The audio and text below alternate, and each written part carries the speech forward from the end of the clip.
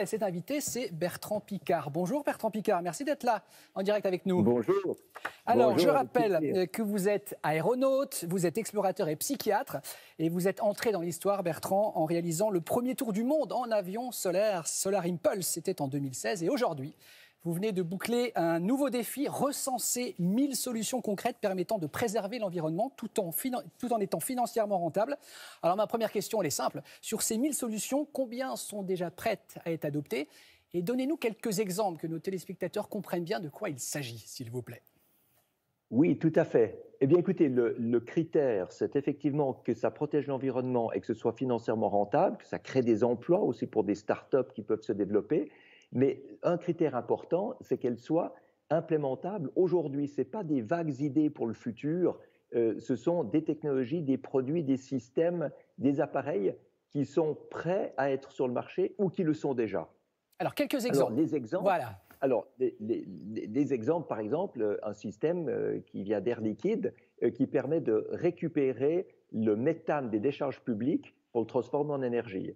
Il y a un système de forage géothermique pour faire pour mettre des pompes à chaleur dans les immeubles, dans les centres-villes, un truc qui vient de Schlumberger et qui est absolument génial parce que ça permet d'augmenter l'efficience de tous les systèmes de chauffage à condition de transitionner de radiateurs électriques ou de chauffage au mazout à des systèmes de pompes à chaleur. Il y a du cooling district chez Engie, c'est-à-dire qu'on fait un froid central et au lieu d'avoir des airs conditionnés qui sont répartis dans tous les immeubles, par exemple dans les pays chauds, dans les pays du Golfe, etc.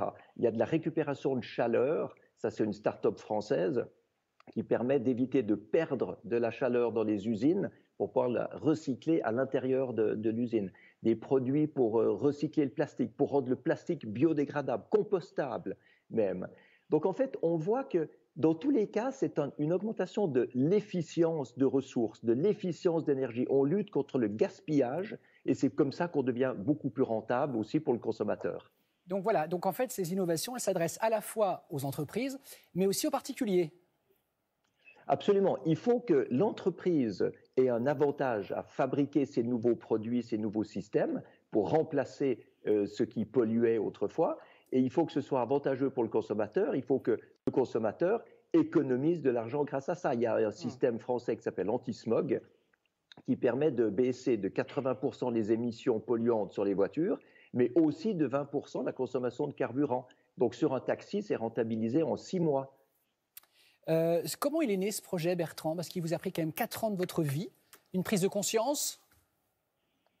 C'est-à-dire qu'avec Solar Impulse, le but, c'était vraiment d'avoir une démonstration symbolique de ce que les énergies renouvelables et les technologies propres peuvent accomplir.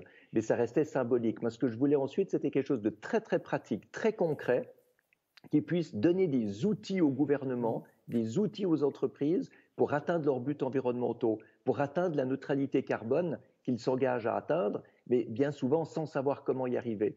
Donc j'ai passé un peu du symbole aérien au très très pratique et concret terre à terre, de manière à vraiment pouvoir rendre cette transition écologique attrayante pour les entreprises, attrayante pour le public. Tout le monde déprime parce qu'il y a des problèmes partout. Il faut montrer qu'il y a davantage de solutions que de problèmes. Est-ce que selon vous, la pandémie, c'est l'occasion d'accélérer les choses pour construire le monde d'après? Alors tout à fait. Il y a maintenant des milliards et des milliards d'euros et de dollars qui inondent les marchés.